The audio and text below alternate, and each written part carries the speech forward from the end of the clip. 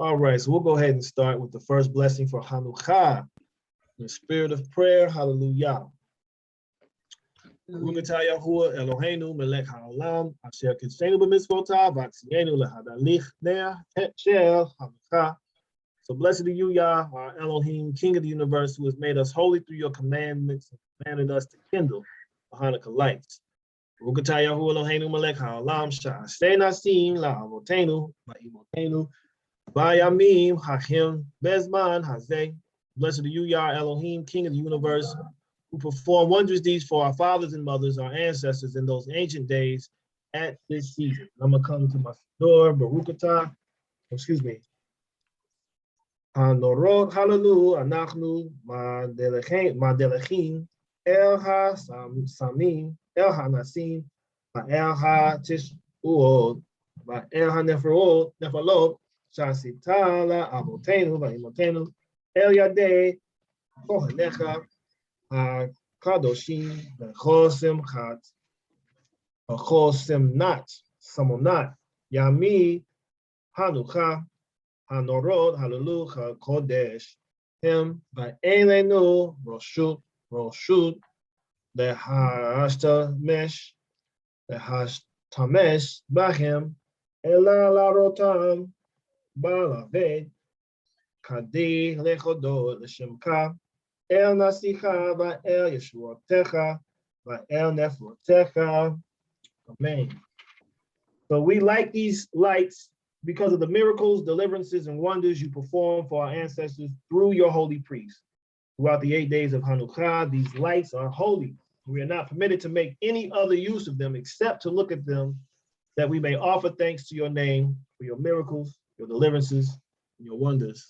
Amen. Amen. All right, so we got, I think there's 8 verses in this. Let me minimize the screen right here. Get this off. So I think we got 68 in the first one.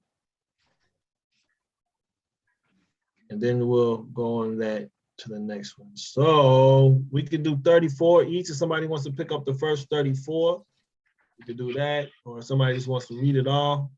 I'm just suggesting we read 5 and 6, just kind of just breeze through those reading and kind of let it just speak to us. And if there's anything that we do bring out or we want to talk about, just go ahead and bring it up. Just to kind of just let the word speak tonight. I'll start. Okay. Did anybody else want to read? It's on you, Coach. Okay. When the Gentiles all around heard that the altar had been rebuilt and the sanctuary dedicated as it was before, they became very angry, and they determined to destroy the descendants of Jacob who lived among them. So they began to kill and destroy among the people. But Judas made war on the descendants of Esau and Idumea,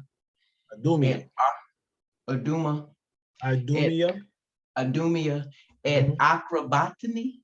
There you go. Okay, because they kept lying in wait for Israel. He dealt them a heavy blow and humbled them and despoiled them. He also remembered the wickedness of the sons of Beit, is that right? Mm-hmm. Who were a trap and a snare to the people and ambushed them on the highways. They were shut up by him in their towers. And he encamped against them, vowed their complete destruction, and burned with fire their towers and all who were in them. Then he crossed over to attack the Ammonites, where he found a strong band and many people were with Timothy as their leader. He engaged in many battles with them, and they were crushed before him. He struck them down. He also took Jazer and its villages. Then he returned to Judea. Now the Gentiles in Gilead gathered together against the Israelites who lived in their territory and planned to destroy them. But they fled to the stronghold of Dithema and sent to Judas and his brothers a letter that said, "The Gentiles around us have gathered together to destroy us. They are preparing to come and capture the stronghold to which we have fled, and Timothy is leading their forces. Now then, come and rescue us from their hands, for many of us have fallen, and all our kindred who were in the land of Tob have been killed.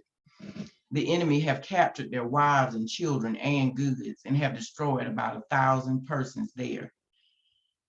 While the letter was still being read, other messengers with their garments torn came from Galilee and made a similar report. They said that the people of Ptolemais and Tyre, Ptolemais and Tyre and Sidon and all Galilee and of the Gentiles had gathered together against them to annihilate us. When Judas and the people heard these messages, a great assembly was called to determine what they should do for their kindred who were in distress and were being attacked by enemies. Then Judas said to his brother Simon, choose your men and go and rescue your kindred in Galilee. Jonathan, my brother, and I will go to Gilead. But he left Joseph, son of Zachariah, and Azariah, a leader of the people with the rest of the forces in Judea, to guard it. And he gave them this command: take charge of this people, but do not engage in battle with the Gentiles until we return. Then 3,000 men were assigned to Simon to go to Galilee, and 8,000 to Judas for Gilead. So Simon went to Galilee and fought many battles against the Gentiles, and the Gentiles were crushed before him. He pursued them to the gate of, what is it? This Ptolemais, the P is silent. Ptolemy, okay. As many as 3,000 of the Gentiles fell, and he despoiled them. Then he took the Jews of Galilee and Abarta with their wives and children and all they possessed, and led them to Judea with great rejoicing. Judas Maccabeus and his brothers Jonathan crossed the Jordan and made 3 days' journey into the wilderness. They encountered the Nabateans, who met them peaceably and told them all that had happened to their kindred in Gilead. Many of them have been shut up in Basra and Besor, in Alima, and Caspo, Mate and Carnium. All these towns were strong and large, and some have been shut up in the other towns of Gilead. The enemy are getting ready to attack the strongholds tomorrow and capture and destroy all these people in a single day. Then Judas and his army quickly turned back by the wilderness road to Basra, and he took the town and killed every male by the edge of the sword. Then he seized all its spoil and burned it with fire. He left the place at night, and they went all the way to the stronghold of the Thema. At dawn, they looked out and saw a large company which could not be counted, carrying ladders and engines of war to capture the stronghold and attacking the Jews within. So Judas saw that the battle had begun, and that the cry of the town went up to heaven with trumpets and loud shouts. And he said to the men of his forces, fight today for your kindred. Then he came up behind them in 3 companies who sounded their trumpets and cried aloud in prayer. And when the army of Timothy realized that it was Maccabeus, they fled before him, and he dealt them a heavy blow. As many as 8,000 of them fell that day. You want me to keep reading? You can if you like. Where am I? Okay. Next, he turned aside to Massa. Is that right? And fought against it and took it. And he killed every male in it, plundered it, and burned it with fire. From there, he marched on and took Caspo, Maked, and Besor, and other towns of Gilead. After these things, Timothy gathered another army and encamped opposite of Rephon on the other side of the stream. Judas sent men to spy out the camp, and they reported to him, all the Gentiles around us have gathered to him. It is a very large force. They also have hired Arabs to help them, and they are encamped across the stream, ready to come and fight against you. And Judas went to meet them. Now, as Judas and his army drew near to the stream of water, Timothy said to the officers of his forces, if he crosses over to us first, we will not be able to resist him, for he will surely defeat us. But if he shows fear and camps on the other side of the river, we will cross over to him and defeat him.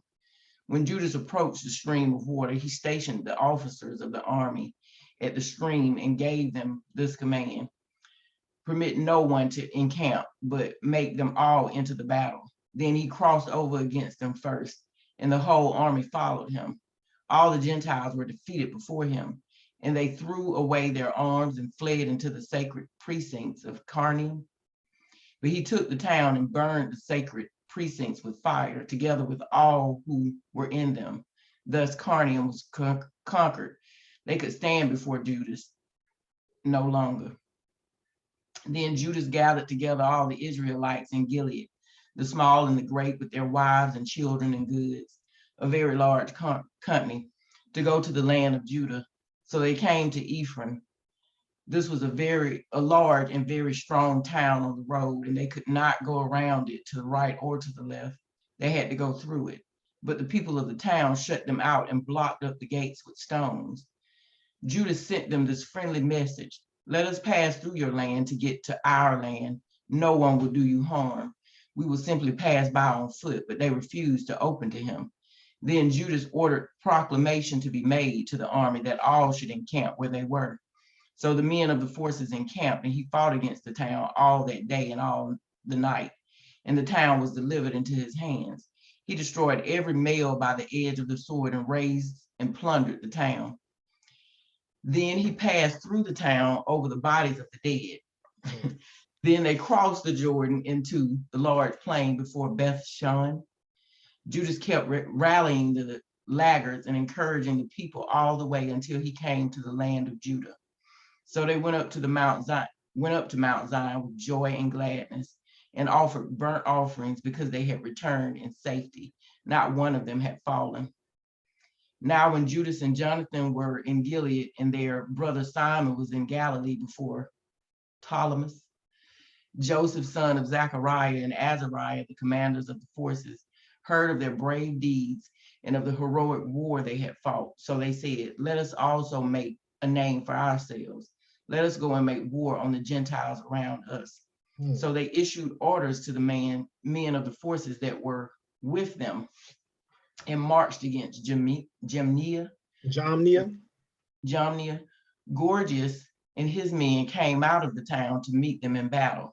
Then Joseph and Azariah were routed and were pursued to the borders of Judea. As many as 2,000 of the people of Israel fell that day. Thus the people suffered a great rout, because thinking to do a brave deed, they did not listen to Judas and his brothers. But they did not belong to the family of those men through whom deliverance was given to Israel. The man Judas and his brothers were greatly honored in all Israel, and among all the Gentiles, wherever their name was heard, people gathered to them and praised them. Then Judas and his brothers went out and fought the descendants of Esau in the land of the south. He struck Hebron and its villages, and tore down its strongholds, and burned its towers on all sides.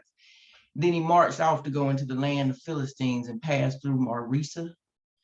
On that day, some priests who wished to do a brave deed fell in battle, for they went out to battle unwisely. But Judas turned aside to Azotus in the land of the Philistines. He tore down their altars and the carved images of their gods. He burned with fire. He plundered the towns and returned to the land of Judah. Yeah, Toda Rabbah for your reading. Yashar Koach, mighty force. Toda.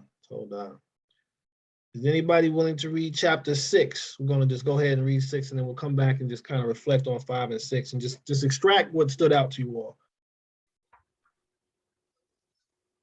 Chapter 6. I can read it. I'm mine. Okay, go ahead. I can read it. All right. So King Antiochus was going through the upper provinces when he heard that Elmias in Persia was a city famed for its wealth in silver and gold. His temple was very rich, containing golden shields, breastplates, and weapons left there by Alexander, son of Philip, the Macedonian king who first reigned over the Greeks. So he came and tried to take the city and plunder it, but he could not, because his plan had become known to the citizens, and they withstood him in battle. So he fled in great disappointment, left there, and to return to Babylon.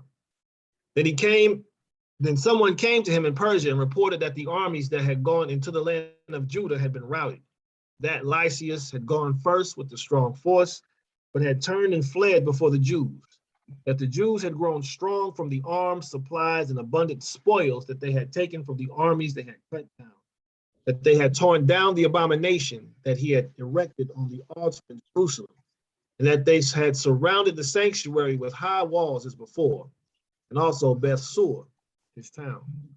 When the king heard this news, he was astounded and badly shaken. He took to his bed and became sick from disappointment because things had not turned out for him as he had planned. He lay there for many days because deep disappointment continually gripped him, and he realized that he was dying. So he called all his friends and said to them, "Sleep is departed from my eyes, and I am downhearted with worry. I said to myself, to what distress I have come, and into what a great flood I now am plunged. For I was kind and beloved in my power, but now I remember the wrong I did in Jerusalem. I seized all its vessels of silver and gold, and I sent to destroy the inhabitants of Judah without good reason. I know that it is because of this that these misfortunes have come upon me. Here I am perishing of bitter disappointment in a strange land." Then he called for Philip, one of his friends, and made him rule over all his kingdom. He gave him the crown and his robe and the signet, so that he might guide his son Antiochus and bring him up to be king. Thus King Antiochus died there in the 149th year. When Lysias learned that the king was dead, he set up Antiochus, the king's son, to reign. Lysias had brought him up from boyhood. He named him Eupator. Meanwhile, the garrison in the citadel kept hemming Israel in around the sanctuary. They were trying in every way to harm them and strengthen the Gentiles. Yehuda therefore resolved to destroy them and assembled all the people to besiege them. They gathered together and besieged the citadel in the 150th year, and he built siege towers and other engines of war. But some of the garrison escaped from the siege, and some of the ungodly Israelites joined them. They went to the king and said, "How long will you fail to do justice and to avenge our kindred? We were happy to serve your father, to live by what he said, and to follow his commands. For this reason, the sons of our people besieged the citadel and became hostile to us. Moreover, they have put to death as many of us as they have caught, and they have seized our inheritances. It is not against us alone that they have stretched out their hands. They have also attacked all the lands on their borders. And see, today they have encamped the citadel in Jerusalem to take it. They have fortified both the sanctuary and Beth Sur. Unless you quickly prevent them, they will do still greater things, and you will not be able to stop them." The king was enraged when he heard this. He assembled all his friends, the commanders of his forces, and those in authority. Mercenary forces also came to him from other kingdoms and from islands of the seas. The number of his forces was 100,000 foot soldiers, 20,000 horsemen, and 32 elephants accustomed to war. They came through Idumea and encamped against Beth Sur, and for many days they fought and built engines of war. But the Jews sallied out and burned these with fire and fought courageously. Then Yehuda marched away from the citadel and encamped at Beth Zechariah, opposite the camp of the king. Early in the morning, the king set out and took his army by a forced march along the road to Beth Zechariah, and his troops made ready for battle and sounded their trumpets. They offered the elephants the juice of grapes and mulberries to arouse them for battle. They distributed the animals among the phalanxes. With each elephant, they stationed 1,000 men armed with coats of mail and with brass helmets on their heads, and 500 picked horsemen were assigned to each beast. These took their position beforehand wherever the animal was. Wherever it went, they went with it, and they never left it. On the elephants were wooden towers, strong and covered. They were fastened on each animal by a special harness, and on each were 4 armed men who fought from there, and also its Indian driver. The rest of the cavalry was stationed on either side, and on the two flanks of the army to harass the enemy while being themselves protected by the phalanxes. When the sun shone on the shields of gold and brass, the hills were ablaze with them and gleamed like flaming torches. Now, part of the king's army was spread out on the high hills, and some troops were on the plain, and they advanced steadily and in good order. All who heard the noise made made by their multitude, by the marching of the multitude and the clanking of their arms, trembled, for the army was very large and strong. But Yahuda and his army advanced to the battle, and 600 of the king's army fell. Now Eleazar, called Avaran, saw that one of the animals was equipped with royal armor. It was taller than all the others, and he supposed that the king was on it. So he gave his life to save his people and to win for himself an everlasting name. He courageously ran into the midst of the phalanx to reach it. He killed men right and left, and they parted before him on both sides. He got under the elephant, stabbed it from beneath, and killed it, but it fell to the ground upon him, and he died. Ooh. When the Jews saw the royal might and the fierce attack of the forces, they turned away in flight. The soldiers of the king's army went up to Jerusalem against them, and the king encamped in Judea and at Mount Sion. He made peace with the people of Beth Sur, and they evacuated the town because they had no provinces there to withstand the siege, since it was a sabbatical year for the land. So the king took Beth Sur and stationed a guard there to hold it. Then he encamped before the sanctuary for many days. He set up siege towers, engines of war to throw fire and stones, machines to shoot arrows, and catapults. The Jews also made engines of war to match theirs and fought for many days. But they had no food in storage because it was the 7th year. Those who had found safety in Judea from the Gentiles had consumed the last of the stores. Only a few men were left in the sanctuary. The rest scattered to their own homes, for the famine proved too much for them.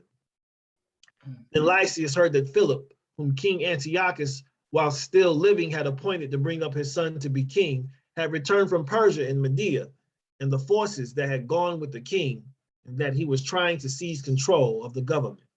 So he quickly gave orders to withdraw and said to the king, to the commanders of the forces, and to the troops, daily we grow weaker. Our food supply is scant. The place against which we are fighting is strong, and the affairs of the kingdom press urgently on us.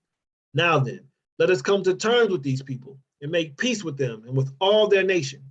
Let us agree to let them live by their laws as they did before. For it was on account of their laws that we abolished that they became angry and did all these things. The speech pleased the king and the commanders, and he sent to the Jews an offer of peace, and they accepted it. So the king and the commanders gave them their oath. On these conditions, the Jews evacuated the stronghold. When the king entered Mount Sion and saw that a strong fortress what a strong fortress the place was, he broke the oath he had sworn and gave orders to tear down the wall all around. Then he set off in haste and returned to Antioch. He found Philip in control of the city, but he fought against him and took the city by force. Selah. Selah. What a tale. And what a history. Yes. What a people. You know, when we look at both sides, you know, what would you say would delineate the Israelites from the Seleucids or from the Greeks? What are some of the characteristic differences that are present between the Israelites and the Judeans specifically and the Greeks? I think the Greeks cared more about the spoils of war than the Judeans did. Okay. Okay. It was verse 56. I think that caused them. Chapter 5? Yeah, in 5:50. Okay. Yeah, 5:56, where Joseph and the son of Zacharias and Azariah, captains of the garrisons, heard of the valiant acts and warlike deeds which they had, and then they said, "Let us go make a name for ourselves too." But I think that kind of crippled the Judeans. Mm-hmm. Right. Where have you heard this phrase before? Let us make a name for ourselves. Where have you heard that phrase used before? It's not coming to me now. With Constantine. Think biblically though. Think before this, because Constantine comes after. Think before. Where have you heard this phrase used? Nimrod. Exactly. Exactly. So when we go to the book of Bereshit, the book of Genesis, and we go to the 11th chapter, and they're about to build this city, right? Yeah. Verse 4, right? Come, let us build a city, let us build ourselves a city, and a tower whose top is in the heavens, and make a name for ourselves. So who's getting the esteem and the glory here? They think they are. Exactly. This is pride. This is what we're fighting against for Hanukkah, right? This was about them. This wasn't about the people, right? They were being heroic for their own sake. They were drawing people to themselves. Man, look at what Judah and Simon are doing. Look at what Jonathan is doing. Let's be like them. Let's make a name for ourselves, right? And this is what gets us in trouble every single time, that pride. Oh, yeah. Do you think that Judah, Simon, and Jonathan really coveted their position in their leadership? Do you think that they really like wanted to do this stuff? No. Why would you say no? It was I don't remember what chapter it was. I think, let me see. This is in Maccabees 4, verse 17. I think it was Judas. He said, and said to the people, be not greedy of the spoil inasmuch as there is a battle before us. Like his intention was to free his people. It wasn't for pride or gain. Yep. Yeah. This is a very grueling position. People were hungry. They remember they didn't have the weapons that they really wanted all the time. They were beset by death. Death was all around them. That's not something you just want to willingly walk into and be like, you know what? We're gonna fight because I want to fight. No, this was required. You know what I'm saying? This is something that if they had the choice not to do, I'm sure they wouldn't have. This is much like Yahushua said, you know what, if at all possible, Abba, let this cup be taken from me. But not my will be done, let your will be done. This is what they understood that they were born for. This is what Hadassah said, perhaps I was born for such a time as this. So purpose, this is about purpose. It's not about self-aggrandizement. It's not about self, like glorification. But that's what these men were doing. They heard of the brave deeds and of the heroic war they had fought. So they said, we can do it too. Is that why you're doing it? So it's not about that. But we got so many people doing that. They following, keeping up with the Joneses, so to speak.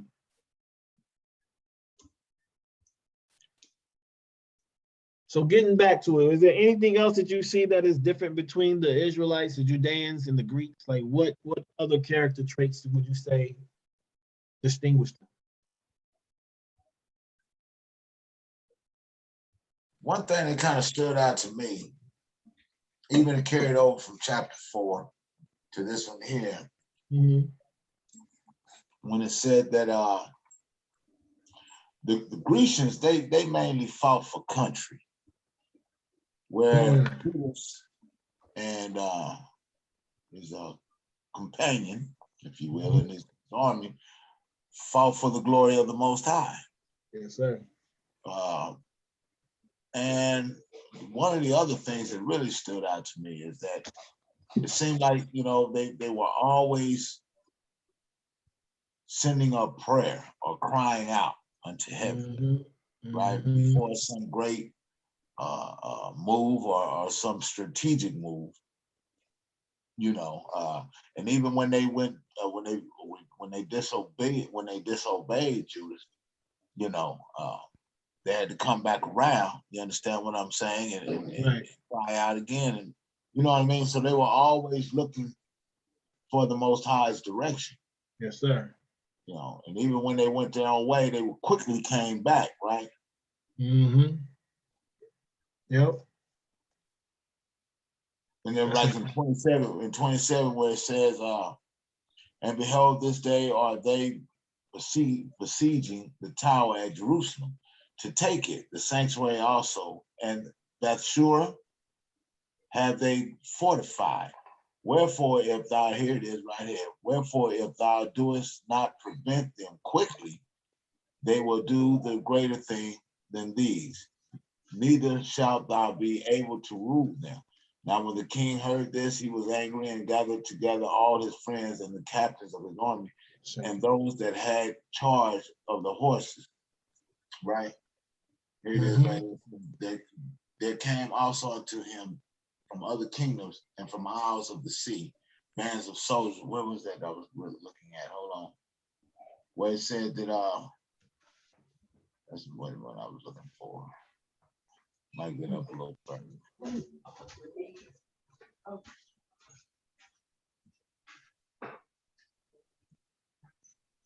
There it is on 23.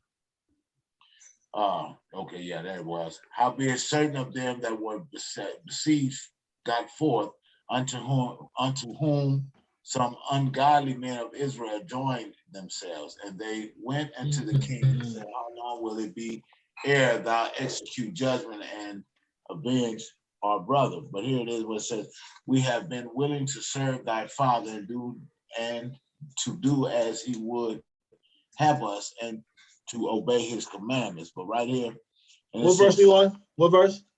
That was 24. Okay. And then that light in, right? And so it seemed like when anytime they started going against that, you know what I'm saying?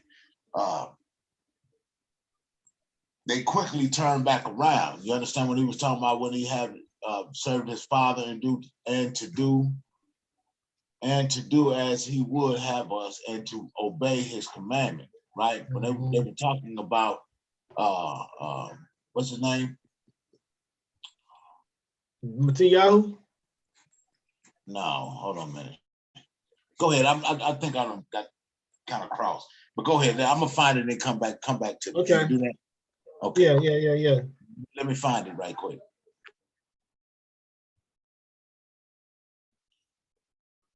I think what you're bringing up is a very interesting point, though, because we're looking at those faithless Israelites. They didn't have that stick-to-itness, you know. I think of that word, like, you know, when you really stick to what, you know, what do they call it?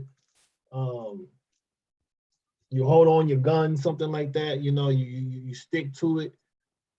It's like these wicked Israelites here, these wicked Judeans, desired not. They called them ungodly Israelites, right? They had no faith, you know. And this is what the Grecians are like as well, though. So they are joining forces with like-minded people, because the Greeks really weren't faithful to their gods to that degree. It was like circumstantial, completely circumstantial. In fact, most religious notions are about manipulating the God to do your will. If you really think about it, religion teaches you to attempt to manipulate God for your sake. Does that make sense what I'm saying? Yes. Yeah, that makes a lot of sense. Because you think about what we pray for. We want to pray for like big houses. We want to pray for good jobs. We want to pray for money, nice cars. And then the prophets come and they prophesy over you and say that, well, you're going to have your love life is about to be in order. But tell me, what does that have to do with the kingdom? Nothing. Because that's where Yah's will should be made known through the prophecy. Yeah. But when we have our selfish desires and we're ungodly and we want to do what we want to do, be relative in our ideas, you know, this is what I want, you know, what my will is in this matter. That's what Greece was doing. Even though they had a divine role and a divine purpose, because they were the third beast of four, they had a purpose, but they were purposed to obstruct Israel. Now here's a deep thought. And I'm gonna bring it to even Satan. What is Satan's role? Because is Satan still obedient to Yah at the end of the day? Yeah. So if that's the case, what is Satan's role? What does he do? Test us. I'm sorry? He tests us, Okay, and that test is to do what? prove that we are not worthy. You're getting at it most definitely. Also, he works for the good of the Most High. He's Grandma's switch, if you will. Okay. Yeah. He just like all the rest of the ministering angels, just like that one angel when it was who was it, Saul, and Most High said he said, you know, he really didn't want to hurt Saul. You know, he said, you know, what am I'm just paraphrasing how the story went, but he said, you know, I need somebody to go down there, and I'm just paraphrasing, go down there and handle Saul. And there was a spirit that came forth and said, I will go and be a lying spirit in the mouth of his prophets. Okay, yeah. And you notice that now this was the kicker. It was the lying spirit that came from the throne of God, right? You know, and the Most High said, yeah, go down and do that, and you will prevail, right? So we seen where where Satan has, like it said in Job, and it came through the course of time when the sons of the Most High came to present themselves, and Satan came with them.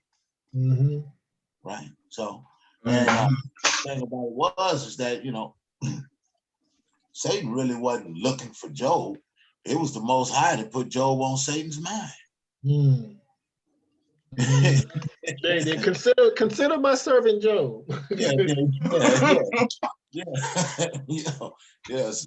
You know, Satan just said, "Hey man, I've been strolling, going to and fro, seeking whom I can devour." Right, rubbing his hands together. What you got? What you got for me? What you got for me? Yeah. You know, he said, "Oh, well, have you considered my servant Job?" So, you know, we see where just like the death angel that went into Egypt, right, and slew the firstborn of the house of Pharaoh and the firstborn of the house of every Egyptian, and you know what I mean, the firstborn of the Egyptians. Right. You know, so you know, we do understand it, just like Sodom and Gomorrah. Yes, sir. You know, the ministering angels that went down and took care of business down there. Yep. Yeah. Yep. You know, and who's to say that destruction wasn't Satan? They never really said. Yeah, they never really said who he was. They just said. This is where, like we just talked earlier about what was called hints or illusions. What we can identify the messenger or the death angel as Abaddon from Revelation. What's that? 19? No, excuse me. What is that? What chapter is Abaddon? 9, Revelation 9, the king from the pit, right? Yeah. Released to destroy everyone who did not have the mark of Elohim on them, right? That's right. Abaddon, people think of Abaddon as Satan a lot of the time, but Abaddon is the messenger of death. You read Revelation 9, it talks about in verse 11, you know, in the Greek, he's known as Apollyon. In the Hebrew, he is known as Abaddon, the father of destruction, right? Yeah. But that's the same thing that you read in Exodus with the death angel. Wow. Yes, sir. Yes, sir. And so, because everyone who didn't have the mark of the blood on the threshold and lintels got taken out. And when you read, let's look at Revelation 9 right quick. Look at what it says. This is what's so deep, because you think about who this angel was attacking. This angel wasn't attacking the righteous. Right. It was said to them that they shall not harm the grass. This is Revelation 9, verse 4. They should not harm the grass of the earth, or any green matter, or any tree, but only those men who do not have the seal of Elohim upon their forehead. And they have a king. This is what verse, and they have over them a king, a sovereign, the messenger of the pit of the deep, whose name in Hebrew is Abaddon, but in Greek, he has the name of Paluan. Wow. So these locusts, this is what these locusts come out. You know, we read of these locusts. Yeah. They're only attacking the wicked. They're not attacking the righteous. Wow. They're attacking the wicked. Wicked. Yep. And so what Satan does, though, Sharon, you like to call him the accuser of the brethren, right? Mm-hmm. Satan is the sifter of souls. He sifts the wicked from the righteous. So somebody said he tests you, right? To see if you are of Yah or not. He sifts the soul. So it's like when you got the the wheat and the tares. Yeah. Satan gathers the tares. Wow. Yep. That's his job, though. That's his job. Satan gonna let you know who the tares are. By their fruit, you shall know them. Yes, indeed. And so when we're dealing with this here, and we're looking at the Maccabees, and you're looking at the ungodly Israelites, well, Satan has gotten into these ungodly Israelites. But they had to be divided. You have to know who your enemies are, even though they may look like you. And you got to know who your allies are, even though they may not look like you. Mm-hmm. You know, I think that's going to be, and that is now a difficulty, because once we've had this you know, the doctrine that of the brownness that we talked about earlier, and we learn all these things, then we are going to have to learn, as you said, the people who love Yah are going to be in all kind of hues. We have to come together, and that's going to be the difficulty in the midst of these battles. Right. Yep. We're going to be I think we're going to be forced because it be such an upheaval that we're going to have to trust people. When we hear somebody talking about Yah or Yahweh or something like that, and you know what I'm saying? Yes, ma'am. Yes, ma'am. Yep. Yep. And one thing that really is going to delineate that, you go down here to the end of this chapter, chapter 6, it talked about, you know, they made this oath, you know, recognize what's taking place. When we start telling them they can't keep their law, that's when they start kicking up all this dust. They start kicking up all this dust when we try to take away their culture from them. Let's agree to let them live by their laws. Yes. But then when they saw what they had done in Zion, oh no. We can't have them do that. They went against their word. So one of the main characteristics of those who are of Yah and those who are of not of Yah, Yah's people keep his word, because Yah's of his word. Yah's word does not fall on the ground. When Yah says something, he does it. His word is bond. His word is truth. His word is life. His word is yea and amen, right? Yes. But when you're dealing with someone who's not of Yah, their word ain't no good. Yeah. And that's important. That's what they call that a fork tongue. That's where that fork tongue comes in. And you can even call it Lashon Hara, the evil tongue. Because it's a lie. It's not truth. And that's what Satan does. Nothing about the truth is in Satan. Now, he'll use it to manipulate and to, you know, sprinkle it on that little platter he got for you, but it's all lies. Because a little lie is a big lie. Those little white lies are big lies. Still Little white alive. lies. Mm-hmm. Little white lies. That one always got me, boy. Little white lies. White lies. Yeah. Yeah, them little white lies got a whole nation taken. You know what I mean? Man, Yes. Yeah. every Can I time. ask a question? Yes, indeed, Iman. Okay, when it You got kind of muffled. You kind of Kind of muffled. low. I'm muffled. Am Yeah, I it's a little muffled low. now? It's No, not much ma'am. better. Okay, well, let me take off the earphone.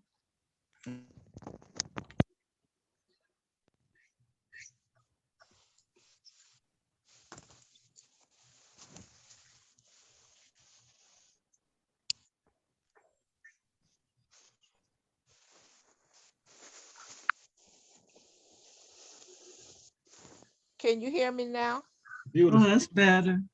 Okay. Now, my question is, I don't know if it's so much a question, but when it got to chapter 6, Mhm. and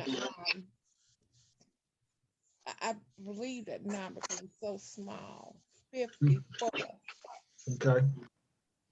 when it was talking about, I think that's, no, yeah, it is, about the phantom. Because of the seventh, it said because of the seventh. The sabbatical year, Mhm. right? Yeah. Mhm. So, what's is well, is did it begin to decline during this time? Um, somewhat, yes. Yes, somewhat. So the sabbatical year is a land that you neither plant nor sow, right? You reap nor sow in that year. Right. So the idea was you store up enough food in the previous year so that when that sabbatical year comes, you just reap the benefits, right? But because of this war, you know, the rations became fewer. They didn't have time to really store up for that because they're at war, you know. And then when the sabbatical year does drop, that seventh year, now you're scarce. You have a scarcity because you're scurrying for survival. What do that mean for us today? Oh, It means for us. That's a great question, Yuma. Uh, wow. We don't have nothing in the tree, like the squirrels. I'm a hoarder with food and stuff. But is this a sabbatical year? Is he asleep? And look how he froze. Froze. Yeah, like he went to sleep. I think he's It's like we mentioned it. okay. Right. I'm open. Can y'all see me? And we see you, Yeah, man. I it think was like around the he time it went gets to unstable. sleep. That's funny. No, I'm up. I'm up. I was thinking though, we talked about yesterday how, if we stay ready, we don't have to get ready, right? Right. Right. So the lesson and the principle I would say is that, we just stay ready for, especially if you know something's approaching, right? If you know there's a sabbatical year approaching, you have to be prepared for it. Well, I'm saying that because we we may not be in a battle in terms of having you know fighting like that, but we go to the store now Huh? Yeah. and stuff is gone. Mm, Um, is very little. So you go into the stores, the shelves are getting empty, but mhm. because of the way they have manufactured food, you Right. really can't store it up because it rots on you. Mhm. Uh, Um, oh, I'm sorry. they when doing last year, they went and took the cans and things off the shelf that had been back probably in the basement and started selling them. So usually the food you buy now has very little shelf life to it. We already know because we no longer have seeds and things in our fruits. It just rot. It just rotten. You can get some bananas and they gone in a day or two. So in terms of what we're going to have to go through, and I saw where it said that they can, because they had got into that spot of not having food, they want to make friends. Let's kind of stop this, let's kind of make friends.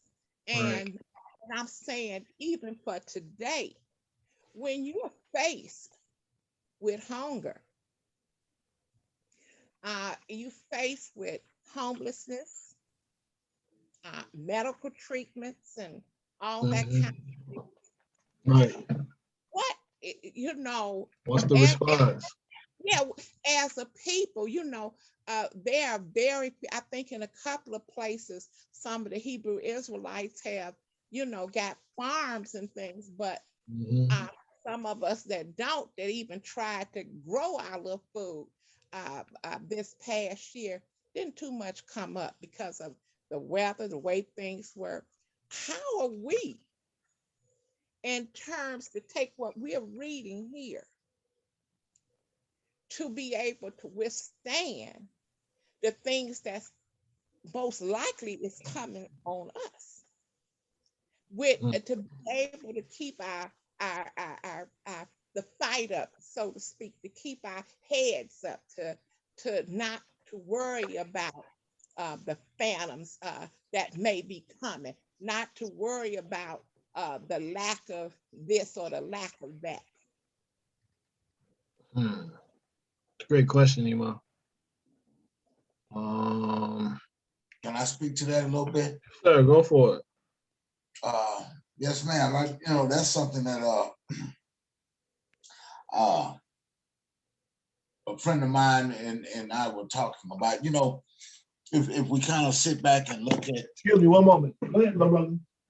Some of the things that the Most High has been telling us in our word, right, about learning how to live on bare minimum, through prayer, meditation, and here's the key right here: fasting. Fasting, if we have an active fasting life, right, maybe we start learning how to fast a little bit more often to get our bodies trained or in tune to going without food for a while. You know what I mean? That right there helps to kind of carry us through, because we can actually train the body to do without, right? But there's also a lot of different ways. There's like YouTube. If you go on YouTube, there's a couple of in there. I could put it in the chat, a couple of the videos in the chat. There's a few people on there that teaches you how to plant seeds in small gardens. There's something like you can go find a container, just a plastic container that lays around the street, a bucket, cutting a bucket in half and turning it into a flower bed where you can grow peas and things like that. Just basic stuff, bare minimum stuff. And I think a lot of these people, what they call themselves, minimalists. Yeah, we bug outs. So I do a lot of it. One of the things I do is I don't know if it's a Dollar Tree in Chicago, but like every week I go and stock up on canned goods, dry goods like potatoes, the dry potatoes, milk, the dry milk, powdered milk. We have a lot of food down here at this Dollar Tree down here, but I've been storing up for a while. We have the food, but what I've noticed, and I don't know if anybody else have noticed it, is just that it don't have much of a shelf life. Whereas you used to get stuff, you could get canned goods that would last you a couple of years. That date on that would be a couple of years, but that most of the time that's not so anymore. you know, and I know that most of us have kind of let that meat go because that's one of the most highest price thing, you know. And I know my lawyer and myself, you know, our diets now know too much. We don't eat a lot of meat anymore. That's kind of That's good. That's good. Good. you Yeah, know. that's good. And it's not that I don't like it. I'm not a vegetarian. It's just that uh, you know, as you were saying, uh, Moray, it's just that you got to get used to it. Mhm. Got to get used to doing without, Yeah. and Yeah. that would, and that's a blessing to know it, and one that you know you kind of got to shout out with it because we are moving into times where uh, things are, you have to really do learn how to do without. I remember uh, Ema and I, we started getting rid of some of those clothes we had. We started really shaving down because you really think about it, you don't need everything. You don't need all of that, you know. I need to donate some clothes. You know, it's just that learning, as you were saying, to go down to minimize and Mhm. not so much want the meat because some people just feel like if they don't get a piece of meat, you know, and that's, I'm not saying it's wrong. I mean, but some people, but this is a something we do have to get used to because we, to me, we are living in this same time where they're doing what they are going through. We're going through the phantoms. We're going through these things. If you talk about war, we may not be in war with the planes coming down and bombing, but as Ima and I told you all the other day, we can't even go through the street. You can't Mhm. go down the E-way without somebody trying to shoot at you. So I was just, you know, thinking about as we Yeah, were, it's a good what question. we gonna do? What, you know, how do we help not only ourselves but help others for that for an understanding of what we're about to go through? Because if people think it's going to get a whole lot better, I don't think so. Well, to answer your question, what was Israel's experience in the wilderness? Well, y'all provided for them. Mhm. What was the condition for the provision, though? Uh, let me think. Keeping the commandments. There you go. Oh Obedience. yeah, the They had to remain Sabbath. faithful. Yeah, Yep, the Yeah, you had Sabbath. to remain faithful. They had to remain faithful, right? So Yah can provide for us if we are positioned for Yah's provisions to come to us. And that's just remaining faithful. That's, you know, despite the decrees, despite the persecution, despite anything that may Yeah. come against us, we have to remain faithful. Because keep in mind, Pharaoh and them they were out for them, right? And the Oh yeah. conditions of the wilderness, I'm sure weren't all that pleasant. You're dealing with scorpions now, you're dealing with serpents, you're dealing with all kinds of stuff in the wilderness. You're dealing with other countries and other peoples that were not like, you know, too hospitable to you, right? Yeah. And then you're dealing with what do they call them? Rubble rousers amongst themselves. You're dealing with people complaining and bickering and like, I want to go to Egypt. We should just die. Let us die in the wilderness. What you doing? Yeah. You're dealing with all this Yeah. stuff. You're dealing with rebels. You know what? You're not the right leader. Let me be the leader, right? Yes. You're dealing All with of it. all kinds of adversarial circumstances that will deter you from your faith if you don't have a root, But you didn't that know. said that was that Satan was on his job, right? Yes, ma'am. What he's doing, he's trying to uproot you. There it And is. And you sift out. But that's the purpose, because again, many are called, few are chosen. Right? Yah's looking for a remnant. And so we got to understand that. But this came to my mind when also you brought that up, Imam Sharon. This is Matthew 6, starting 24. No one is able to serve two masters. For either he shall hate the one and love the other, or else he shall cleave to the one, and despise the other. You are not able to serve Elohim and Mammon with the riches. Because of this, I say to you, do not worry about your life, which you shall eat or drink, or about your body, which you shall put on. Is not life more than the food, and the body more than the clothing? Look at the birds of the heaven. They neither sow nor reap nor gather into storehouses, yet your heavenly Father does feed them. Are you not worth more than they? So I'm just going to stop there. One thing that I had learned from Hurricane Katrina, when people were going hungry and stuff, what was unfortunate is they did not know how to forage for food. You know what I mean by that, you all? Food foraging. Mm-hmm. Yes, yeah. They did not understand the plenty that was around them. Wild greens, wild onions, you got fruit trees. Trees and plants that are digestible. They may not always taste the best, but they are digestible. And you got to know how to discern the foods that you can eat in those circumstances. Because they will nourish you. And there's a lot of nourishment in those foods. But unfortunately, we're so conditioned to think that we got to go to the store. You know what I mean? But survival is survival. We got to know how to filter water, how to filtrate water. You know, using rocks and stuff like that.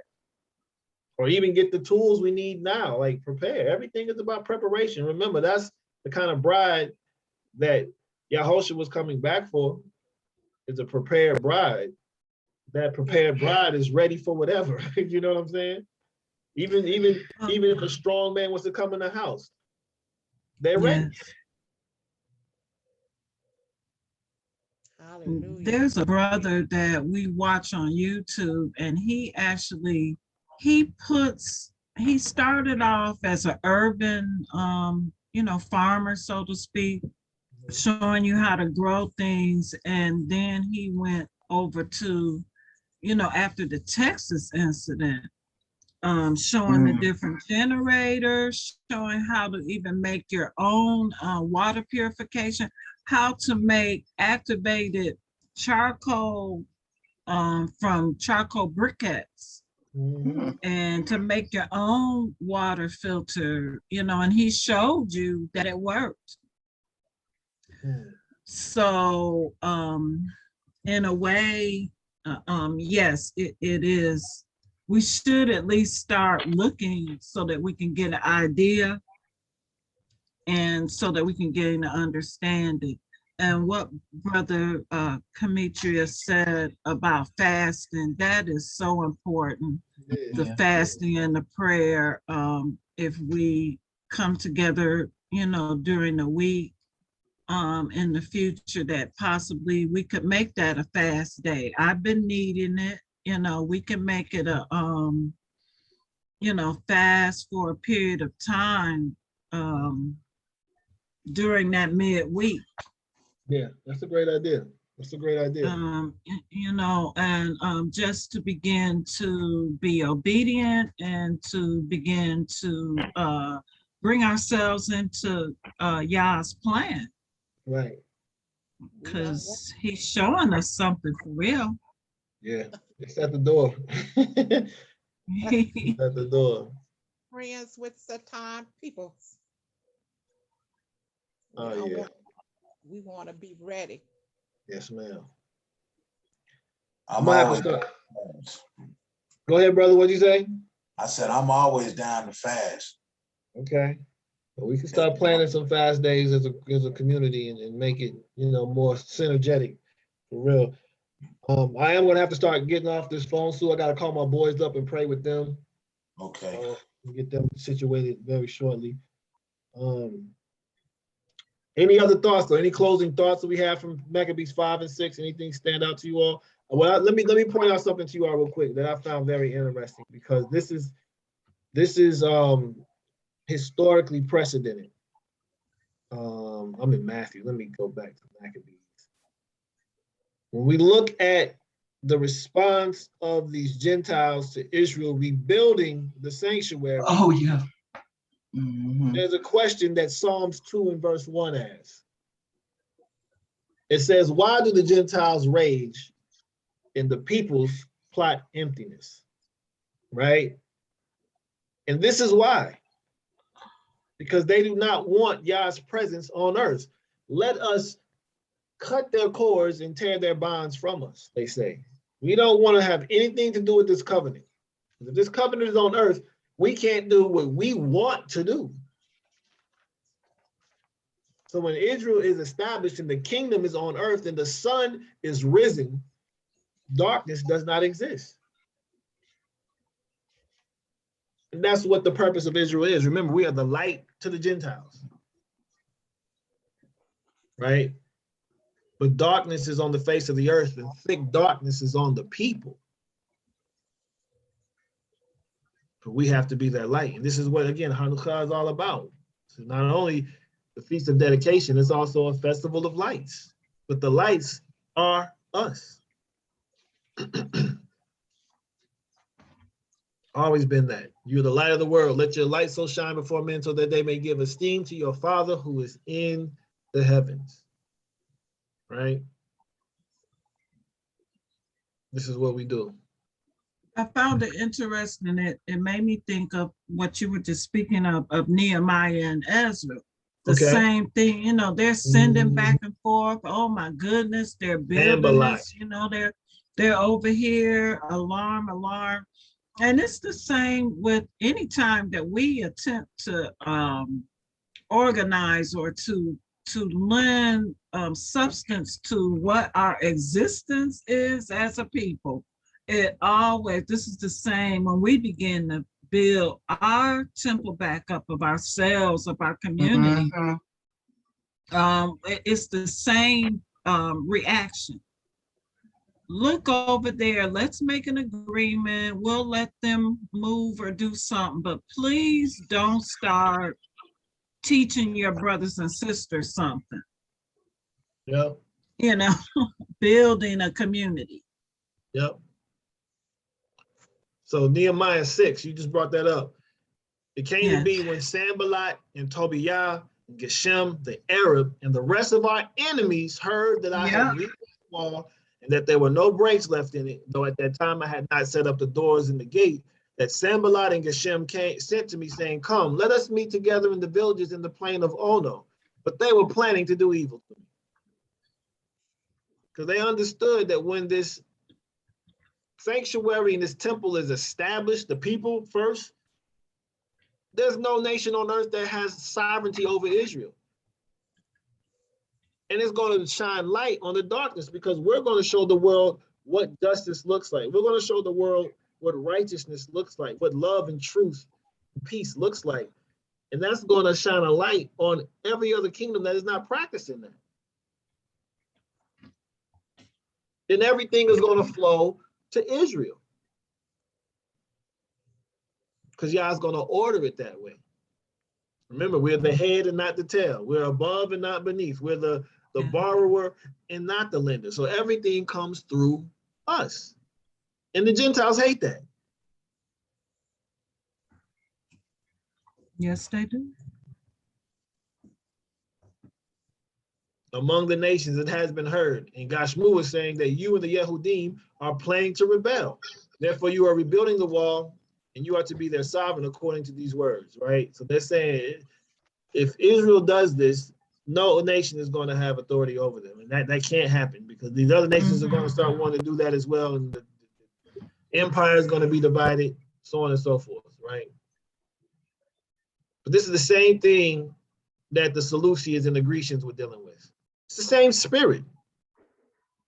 But it's the same spirit of Babylon, it's the same spirit of Persia, it's the same spirit of Greece, it's the same spirit of Rome. Yes.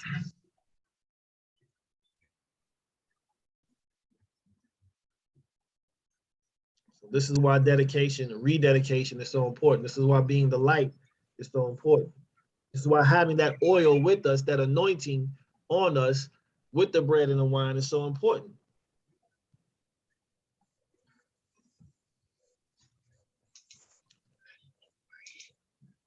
Indeed. Any closing thoughts? Any other thoughts? Oh.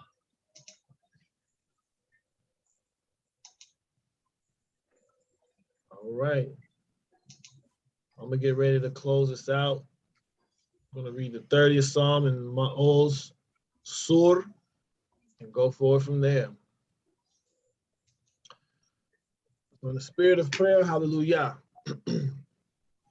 I exalt you, O Yah, for you have drawn me up and have not let my enemies rejoice over me. Yah, my Elohim, I have cried to you, and you have healed me. Yah, you brought me up from the grave. You've kept me alive from going down into the pit. Sing praise to Yah, you kind ones of his, and give thanks at the remembrance of his set apartness. For his displeasure is for a moment, his delight is for life. Weeping might last for the night, but joy comes in the morning. As for me, I have said in my ease, never would I be shaken. Yah, in your good pleasure, you have made my mountains to stand strong. You hid your face and I was troubled. I cried out to you, O Yah, and to Yah I prayed. What gain is there in my blood when I go down to the pit? Would dust praise you? Would it declare your truth? Hear, O Yah, and show me favor. Yah, be my helper. You have turned my mourning into dancing for me. You have torn off my sackcloth and girded me with gladness, so that esteem might praise you and not be silent. O Yah, my Elohim, I thank you forever. Selah. Oh, say Ur, my salvation stronghold, fort, praising you with such delight. Build your house of prayer, Yah, cleanse from idols after fight. You came to our assistance when we gave resistance. Then we sang a hymn of thanks for your aids persistent. Ramparts, pyramids, and forts, Egypt had us build for them. We found no justice in their courts when they drowned our children. With grace beyond all measure, you redeemed your treasure. You split the sea to help us flee. Now Pesach is our pleasure. Dear to us your temple was, still we could not tarry there. Babylon's superior mass exiled us, we know not where. We drank that poisonous potion. We were moved in that commotion. When we turned, we were not spurned, but gave you our devotion. Keen was Haman's fate for us when he was in power. He vowed slaughter, death to us, expecting us to cower. To pride he kept clinging while on the gallows swinging. On the tree meant for me, Haman wound up swinging. Ionian, Hellenist, and Greek did defile our holy place. Elohim did aid the faithful meek who gave the enemy the chase. Then they found new meaning when they found in cleaning, in their toil, some pure oil, Hanukkah's beginning. Holy aid extend to us and bring the end of exile soon. When the foes oppressed the just, you did protect us from dire doom. In an exile dower, at our darkest hour, Edom vain lost its reign. Make our shepherd flower. Say loud. Hallelujah. Hallelujah. Always a pleasure fellowshipping with Hallelujah. you all. We will have, we'll do Shabbat Eve tomorrow. We'll go ahead and continue into Shabbat Eve and pick up it again. And then we'll have at 3 o'clock, our regular Shabbat study. We'll get into the actual Parsha and get back that on at 3 o'clock on Shabbat. So we'll get that going. And Okay. go forward from there. All right. It's good to see you all. Always much love, everybody. All right. Yeah. All right. Shalom, Lala Tov, everybody. shalom. Shalom. So are you Take coming to get the care. book tomorrow? Yeah, I'll do that. I got your number. I'll give you a call. Okay, all right. Now we're not studying tomorrow, right? Tomorrow evening, yeah, we'll get in. Oh, okay. Yeah, 7 o'clock, same time. All right. Well, that's All right. All right. Shalom, everybody. Lala Tov. Shalom. Lala Tov.